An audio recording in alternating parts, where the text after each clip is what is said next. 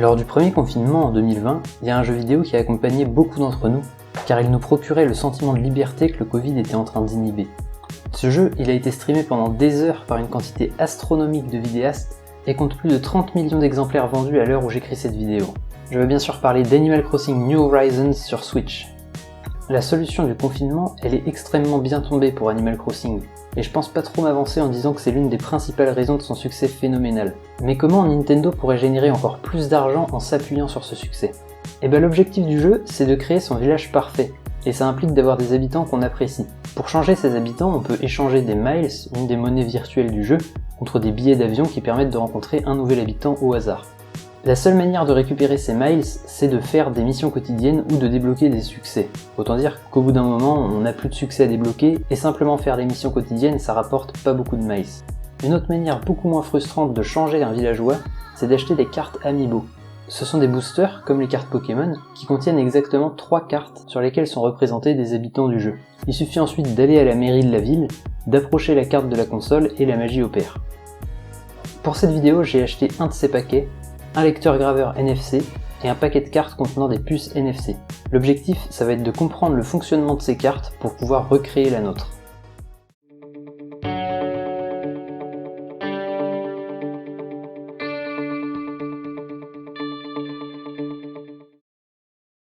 Pour fêter les 10 000 abonnés, j'ai mis en place une réduction de 50% sur mes 2 formations sur mon site hackintux.fr. J'en reparle en fin de vidéo pour ceux que ça intéresse. Comme vous vous en doutez peut-être, les Amiibo, ça fonctionne avec le NFC, la technologie NFC. En fait, c'est la même technologie qui permet de payer sans contact au magasin. Le principe, il est simple, il faut juste un lecteur NFC, juste ici, et une carte NFC, une puce NFC en fait, qu'on appelle aussi tag NFC, qui va permettre donc de stocker des informations. Ce petit tag là, il a simplement une puce et une antenne.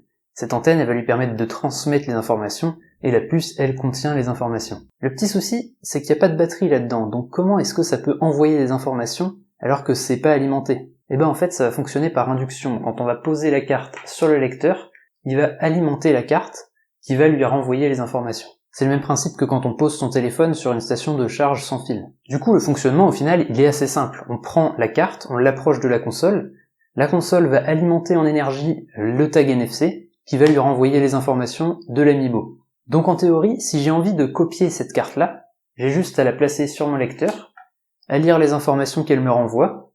Ensuite, je place une carte vierge sur mon lecteur, je la grave en y mettant les informations qui sont contenues dans cette carte-là, que j'ai lues juste avant, et ça devrait pas être plus compliqué que ça finalement. Eh ben on va essayer. J'ai juste à rentrer une petite commande, et normalement, voilà. Là, j'ai l'original qui est copié sur mon disque dur. Ensuite, je place le tag vierge juste là. Je refais une autre commande pour pouvoir écrire dessus. Et voilà, j'ai ici la copie de ce tag-là. On n'a plus qu'à aller tester ça. Ok, donc là, je suis à l'endroit où on peut mettre les Amiibo. Et on va tenter de mettre notre Amiibo modifié, notre Amiibo qui est dupliqué. On place l'Amiibo. Et ça marche pas.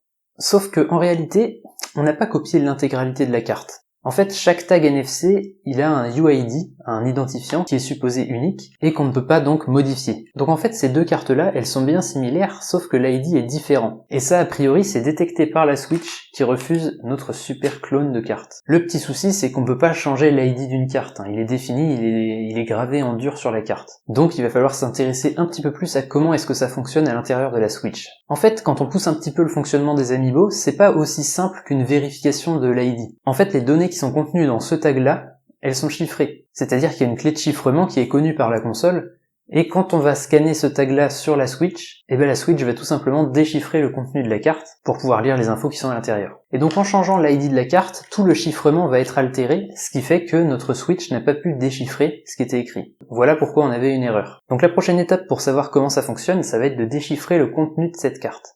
Sauf que on connaît pas les clés de chiffrement qui sont utilisées.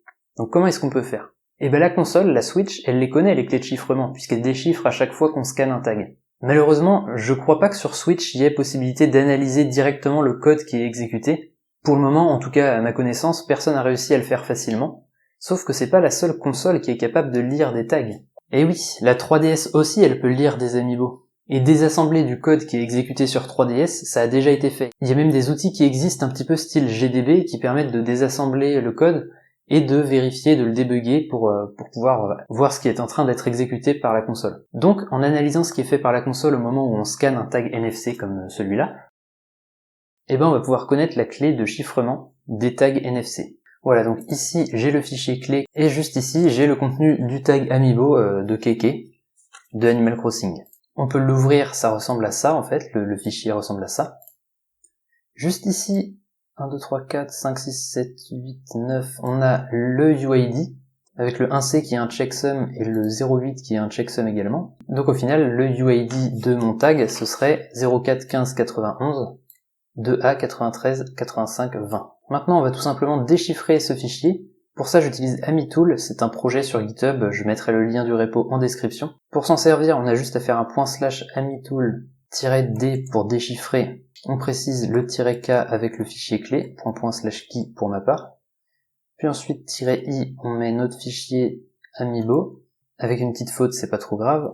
En -o, on va mettre /Amiibo original, sans la faute cette fois, unsigned.bin. On voit que tout s'est bien passé. Et on peut voir sur mon lecteur hexadécimal l'original juste ici, et le fichier déchiffré juste ici. On voit que c'est pas beaucoup plus clair, hein, les deux sont quand même assez similaires, mais si on fait une petite recherche, on reprend l'original, on sélectionne les premières lettres de l'ID, on fait un CTRL F pour rechercher, on se met en haut du fichier et on fait Find Next, on voit que juste là, en fait, on a l'ID du fichier original.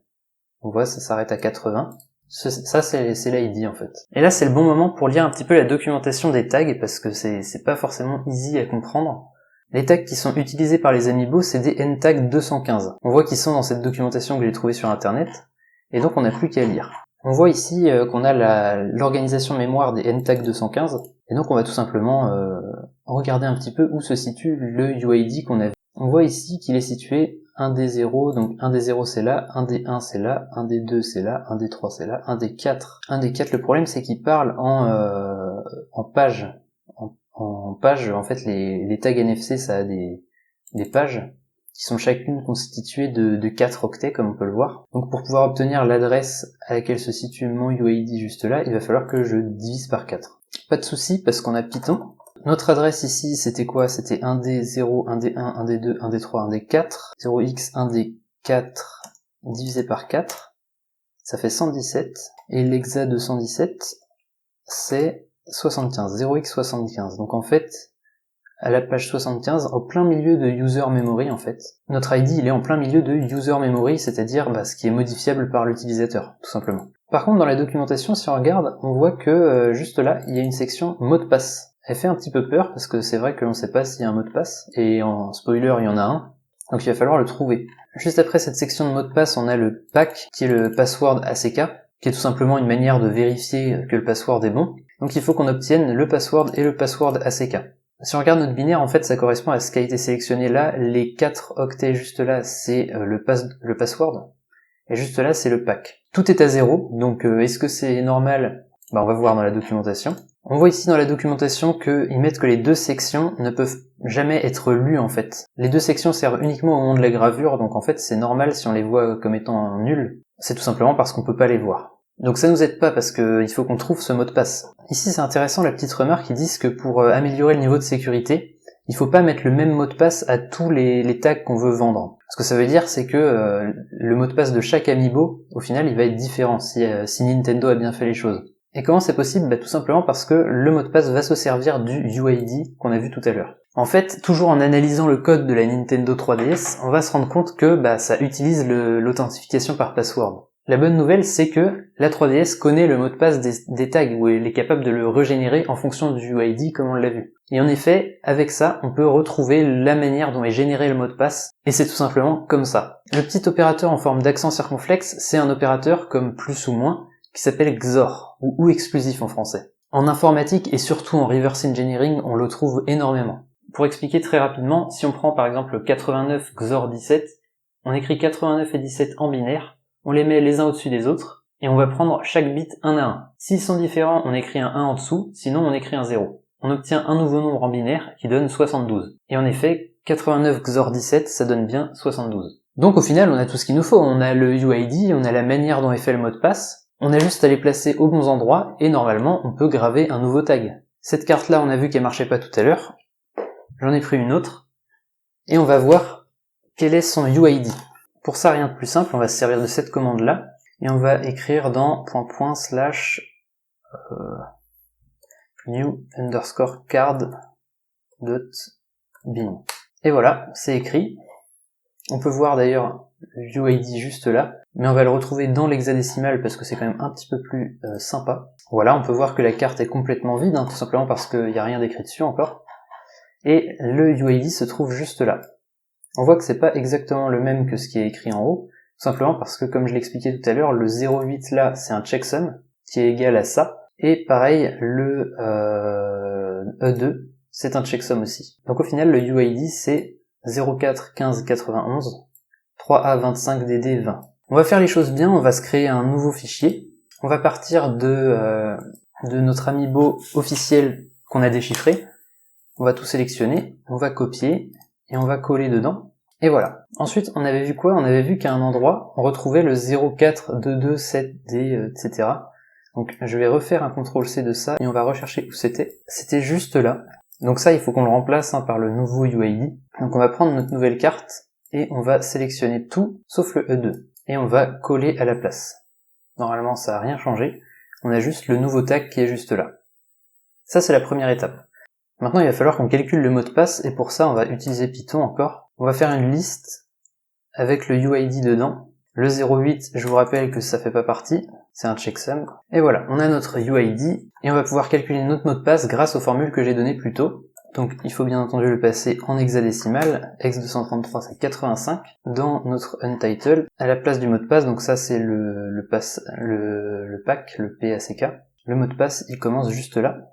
On écrit 85. Hop, et on efface celui qu'on vient de rajouter. On passe au deuxième, c'est E1. Le E1 juste là, on l'écrit E1, et on supprime ce qu'on vient d'ajouter. Le troisième, 4D. Le quatrième et dernier, c'est 50, tout simplement. 50, et on supprime ce qu'on vient d'ajouter. Ensuite, il faut qu'on fasse le PACK, qui est 80-80. On l'a vu grâce à la 3DS, je vous rappelle. Et on n'est pas trop mal, mais il nous manque quelque chose encore. Si on regarde bien cette section-là, elle correspond à Dynamic Logged Byte, ici. C'est sur 3 octets et on a un RFUI juste après. Si on va dans la section qui correspond, Dynamic Logged Byte, on voit que, si on descend un petit peu, la valeur par défaut, c'est que des zéros, et le dernier, c'est un BD. Nous, on a 0, 1, 0, 0, 0F, et ensuite on a bien le BD, mais on va mettre que des zéros, et on va laisser le BD comme ça. Autre chose qu'on peut potentiellement remarquer, si on reprend l'amiibo original, juste après le UID, on a 33, 4F, 0, etc. Si on regarde, ça correspond tout simplement à cette zone-là. Le problème qu'on a, c'est que cette zone-là, à quoi ça correspond? C'est juste après le UID. Le UID, c'est tout ça. Là, on a 48, 0F, 0E. Donc sur le nôtre, on a quoi? On a 33. Et 33, c'est quoi? C'est la fin du UID. C'est le checksum dont on parlait tout à l'heure. Donc il va falloir qu'on calcule le checksum. Celui-là, il se calcule assez facilement. C'est tout simplement UID de 3, XOR UID de 4, XOR UID de 5, XOR UID de 6. Ce qui nous donne du E2. Donc ce 33-là, on va le transformer en E2. Ça c'est pas mal. Ensuite on a quoi? On a, juste après le 33 dans le fichier original, on a le 48, 0F, etc. C'est quoi exactement cette zone? Eh ben, on va reprendre notre documentation. Si on reprend le tag 215, on a donc les 4 premiers bits, le numéro de série, ça correspond à cela. Ensuite, encore 4, le numéro de série. Puis encore un numéro de série. C'est le 33, le fameux checksum. Ensuite, on a un truc qui est interne, puis on a 2 log bytes. C'est quoi ces log bytes? Eh ben, on va regarder encore une fois la documentation. Voilà, c'est la section qui correspond aux log bytes qu'on est en train de regarder. Et on voit juste ici que par défaut, c'est 0, 0. Donc encore une fois, on va devoir les modifier.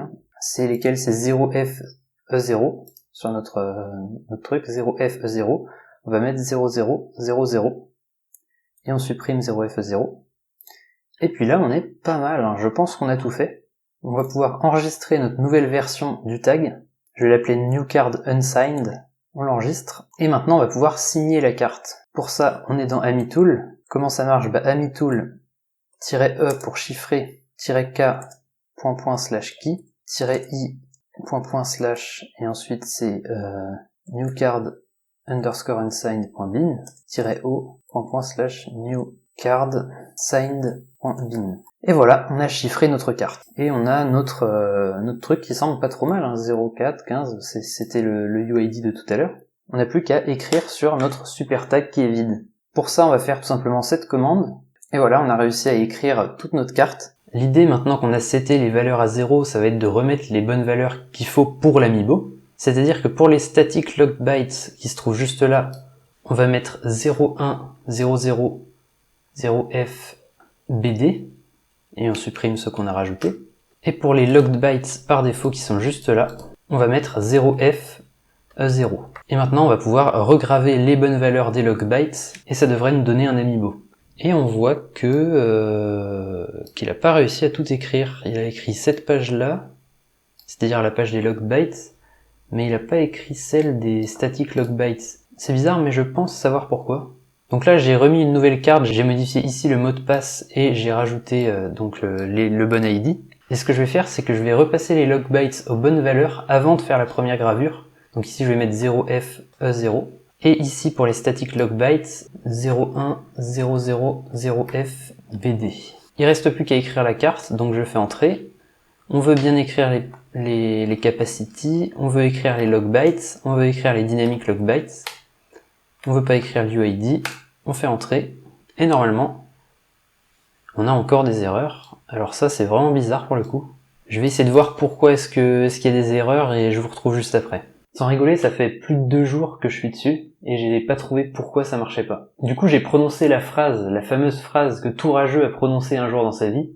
C'est pas moi qui comprends pas, c'est la commande qui marche pas. En fait, je suspecte que la commande avec laquelle je grave la carte ne fonctionne pas. Est-ce que c'est vrai ? Probablement pas, mais en attendant, je vois pas d'autre solution. Mais on va pas s'arrêter là, puisque si la commande est buggée, on peut pas finir la vidéo. Ce qu'on va faire, c'est qu'on va reprogrammer une nouvelle commande qui va nous permettre d'écrire sur la carte comme il faut. Pour ça, le plus simple, ça va être de tout faire en C et d'utiliser la bibliothèque libnfc qui permet d'interagir avec les lecteurs NFC. Donc on est parti, on ouvre un Visual Studio Code et on va créer un fichier qu'on va appeler main.c. Sur le site de la bibliothèque, on a un petit exemple ici. Donc je vais partir de là pour faire un petit code. Voilà, donc là j'ai fait un petit code à partir de ce qu'il y a, hein, c'est assez simple. On a un main ici avec plusieurs variables qui sont définies. Donc voilà le code, je suis vraiment parti de l'exemple pour le moment. Tout ce que ça fait, c'est détecter le lecteur. Le langage C, contrairement au Python, il fonctionne pas directement comme ça sous forme de code, il va falloir le compiler.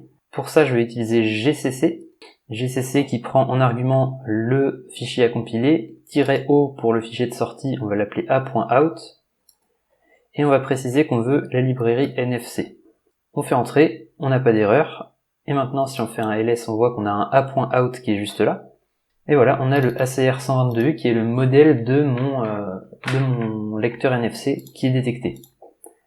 C'est bien, mais c'est pas suffisant, parce qu'on veut pas simplement ouvrir le lecteur, on veut écrire des choses. Donc ce qu'on va faire, c'est que avant le main, on va créer une nouvelle fonction. On va l'appeler writeDynamicLockedByte. Et ça va prendre en paramètre, je ne sais pas encore. J'ai trouvé cette fonction dans la doc de libnfc qui va permettre de transférer donc des données. En fait, ça transfère des données à notre lecteur NFC qui va lui les transmettre à la carte. Donc ça prend en paramètre un NFC device. On a un NFC device juste là, donc on va le préciser dans les paramètres de la fonction. On va l'appeler pareil. Ça prend quoi? Ça prend les données qu'on veut lui transmettre. Ensuite, la longueur des bytes, la réponse de la target, ça on s'en fout un peu, ça aussi je pense. Et le timeout, c'est-à-dire le temps à partir duquel on considère qu'il y a eu un problème, qu'il n'y a pas de carte ou autre. Donc c'est parti, on va se mettre au boulot. En fait, il n'y a pas besoin de beaucoup plus d'informations que ça. On va mettre notre payload. Dans ce payload, on va mettre donc les informations qu'on veut. Et qu'est-ce qu'on veut? On veut écrire dans la carte. Écrire sur la carte, donc on va retourner dans la documentation.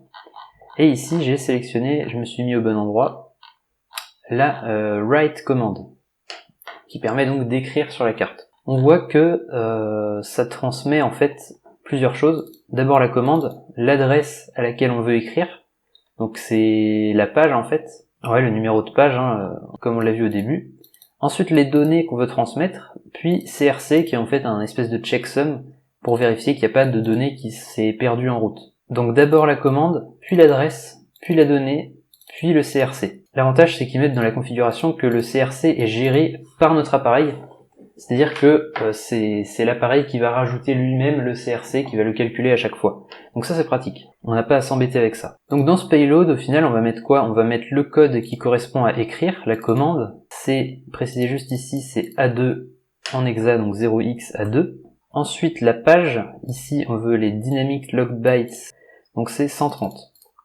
On va écrire 130 juste là. Et ensuite, il nous faut les données. Sur ce site, ils disent que les dynamic log bytes, ils doivent absolument matcher 01000F. Donc on va mettre ça. Et comme c'est une page, je rappelle, c'est sur 4 octets. Donc il va nous manquer un octet. Pourquoi est-ce que c'est BD? Et bien tout simplement, si on cherche dynamic log bytes, ils nous disent dans la documentation que le dernier bit, c'est toujours BD quand on veut lire. Donc on met BD. Donc ça c'est notre payload, on va préciser la taille quand même, c'est un peu plus propre. Je rappelle maintenant la fonction qu'on veut utiliser, c'est celle-ci. Donc on va l'appeler, tout simplement. Ça prend donc le PND, le payload. La size du payload, donc c'est 6. Ensuite, ça c'est, dans la documentation, ils le mettent, c'est tout simplement la réponse de la cible. Nous on va faire un truc vite fait, donc on s'en fout un peu. On va mettre nul, on va rien mettre. Ça du coup, 0, c'est la taille de ce qu'il y avait juste avant, donc la taille de nul c'est 0. Et timeout en millisecondes, on va mettre, je sais pas quelle valeur mettre, j'avoue, je vais mettre 1500. Ça fait 1 seconde et demie, je pense que c'est suffisant. Et ensuite, ils disent que ça return donc soit les octets reçus, soit le code d'erreur NFC. Apparemment, c'est toujours une valeur négative, donc on va tout simplement écrire int res égale ça. On va faire if res est inférieur à 0. Et dans ce cas-là, on va faire un printf de erreur avec un petit smiley triste. Voilà, donc normalement là avec ça, on écrit, on peut écrire les dynamic log bytes. De la même manière, on va pouvoir écrire les log bytes normales. Ça va être exactement le même code. C'est juste le payload ici qui va changer. On va mettre 0, 0, et ici on voit sur la documentation qu'ils mettent que ça doit matcher 0f0, donc c'est exactement les valeurs qu'on va mettre, 0x0f, 0x0. On peut écrire les log bytes. Maintenant c'est bien, mais avant d'écrire tout ça, il va falloir qu'on écrive la data. Et la data, ça va être quoi? Ça va être tout simplement ce qu'on écrivait juste avant en fait, c'est-à-dire le dump hexadécimal en remplaçant l'ID, etc. Et là ça va être un peu plus compliqué, on va faire et là on va mettre donc toutes les données qu'on veut, mais on les connaît pas encore, donc je vais prendre une nouvelle carte, juste là, et on va faire la même manipulation qu'avant. On va mettre dans dump. Ce qu'on va faire maintenant, c'est qu'on va ouvrir, je vais ouvrir également, voilà, l'amiibo original unsigned qu'on avait fait tout à l'heure. Je vais le copier juste là, je vais remplacer l'ID. On prend l'ID, donc on prend ici les 8 premiers bits et on les remplace juste ici. Hop, CTRL V. Je viens de calculer le mot de passe avec la formule qu'on a vue tout à l'heure. C'est B583-9A09. Et ici on met 8080. C'est ce qu'il faut pour que le mot de passe soit bon. Derrière, on va supprimer les dynamic log bytes. Donc on met que des 0 juste avant le BD, juste là. Ici le 33, il faut le changer aussi, j'ai pas pensé. On va le calculer ensemble. C'est 6C qu'il faut mettre. Et le 0F0, on va écrire 0000. On peut enregistrer ça juste là. On va l'appeler before signed. On va utiliser AmiTool justement pour signer ce dump hexadécimal. Donc -E pour chiffrer. -K pour préciser la clé qui est dans //key. -I, le fichier d'input, c'est donc le before signed. -O pour le fichier d'output, on va mettre signed. Et voilà. On peut regarder un peu à quoi il ressemble, voilà, ça ressemble à ça. Ce qu'on va faire, c'est qu'on va copier tout ça, toutes ces données-là, et on va les écrire en dur dans notre code ici. Ce sera nos données. Voilà, au final, j'ai mis les données que à partir de la page 3, tout simplement parce que si on regarde la documentation, pour le NTAG 215, page 0 et 1, c'est le serial number, Page 2, c'est les log bytes, et pour le moment, on les met pas, on les mettra à part. Donc on va commencer à écrire à partir de la page 3. Donc la taille est de 528. Ok, on met le petit point virgule qui va bien. Ensuite, il va falloir faire une petite boucle. Donc là, en fait, on va parcourir toutes les données page par page. C'est pour ça qu'on divise par 4. On va écrire notre payload, qui fait 6 caractères, toujours. Hein. Le premier, c'est A2 pour écrire, le code écrire. La page, c'est I plus 3, on commence à la page 3, je rappelle. Et ensuite, c'est data de 4 fois I. Voilà, donc ça va prendre en premier les 4 premiers, puis ensuite les 4 suivants, puis ensuite les 4 suivants, etc. On va faire un petit int res égale, et là on va reprendre en fait le code qu'on avait juste là. On veut bien le payload qui est défini juste ici, etc. Et voilà, a priori c'est bon. Il y a juste un petit détail que j'ai vu dans la documentation, ils disent qu'il faut également initialiser comme ça la target, sinon ça ne fonctionne pas. On va copier-coller déjà ce super code, on va le mettre dans le main, et ensuite on va devoir initialiser notre target. Le nt ici, c'est la target qu'on n'a pas. Comment est-ce qu'ils l'ont défini eux? Tout simplement comme ça. Il est jamais modifié, donc c'est parfait. On déclare un NFC target, alors on va faire un truc un peu plus propre, on va le déclarer avec les autres. Normalement tout est bon. On n'a plus donc qu'à faire le write data. On passe en argument pnd, puis on fait un write dynamic log byte, on passe en argument pnd, puis un write static log byte, et a priori, je pense que c'est bon. Ah, j'ai oublié aussi quelques petites choses. On va fermer les appareils qu'on a ouverts juste après, et voilà. Normalement, ça devrait fonctionner un petit peu mieux. Hop, juste avant de compiler, j'ai failli faire une petite erreur. Ici, on écrit bien, non pas 130, mais on écrit les log bytes. Les log bytes, si on regarde la documentation, c'est à la page 2. Donc on écrit la page 2. On va pouvoir compiler tout ce code. Pour ça, on va faire exactement la même commande. Voilà, on n'a pas d'erreur de compilation, c'est parfait. Et maintenant, on va prier. Allez, on est confiant. Il n'y a pas eu d'erreur. Ça c'est bon. C'est plutôt bon. On n'a plus qu'à le tester sur la console. Donc là, nous revoilà à l'endroit où on peut utiliser les amiibo. Je fais inviter un campeur. Je place ma super carte. Il s'agit de l'amiibo Keke. Donc ça a bien fonctionné puisque c'est bien le bon amiibo qui est placé. Voilà, et c'était pas facile, franchement. J'ai vraiment jamais autant galéré pour une vidéo, je pense. Mais j'espère que ça a permis de montrer que, au final, il y a pas mal de choses autour de nous dont on peut essayer de comprendre le fonctionnement, et c'est super intéressant. Moi, personnellement, j'avais jamais touché au NFC avant cette vidéo. Et d'ailleurs, c'est peut-être pour ça que j'ai pas compris comment fonctionnait la commande. Mais au moins, en reprogrammant ma propre commande, j'ai pu comprendre un petit peu mieux. Et selon moi, c'est comme ça qu'on gagne en compétences et en connaissances. Avant de terminer la vidéo, j'aimerais quand même vous remercier parce que vous êtes plus de 10 000 abonnés à la chaîne. Si vous n'êtes pas encore abonné, n'hésitez pas à le faire maintenant. Pour fêter ça, j'ai mis en place des petites soldes sur mon site sur lesquelles je vends des formations. Alors je sais que ça intéresse pas tout le monde, tout simplement parce que c'est des formations pour débutants. Pour le moment, les 2 formations qu'il y a, c'est sur les bases du terminal sous Linux. Donc si jamais vous avez jamais touché à un terminal de votre vie, c'est là qu'il faut commencer. Et la deuxième, c'est sur la gestion des droits sous Unix. C'est-à-dire comment un hacker pourrait passer d'un utilisateur qui n'a pas beaucoup de droits à un utilisateur qui est administrateur en exploitant une faiblesse de configuration des droits. Donc si jamais vous voulez vous y mettre et en même temps soutenir la chaîne, n'hésitez pas, foncez. Il y a moins 50% en ce moment et ça dure une semaine. Sur ce, c'est tout pour moi. N'hésitez pas à liker et à partager la vidéo, ça aide vraiment énormément. Et on se retrouve bientôt pour une prochaine vidéo. Salut!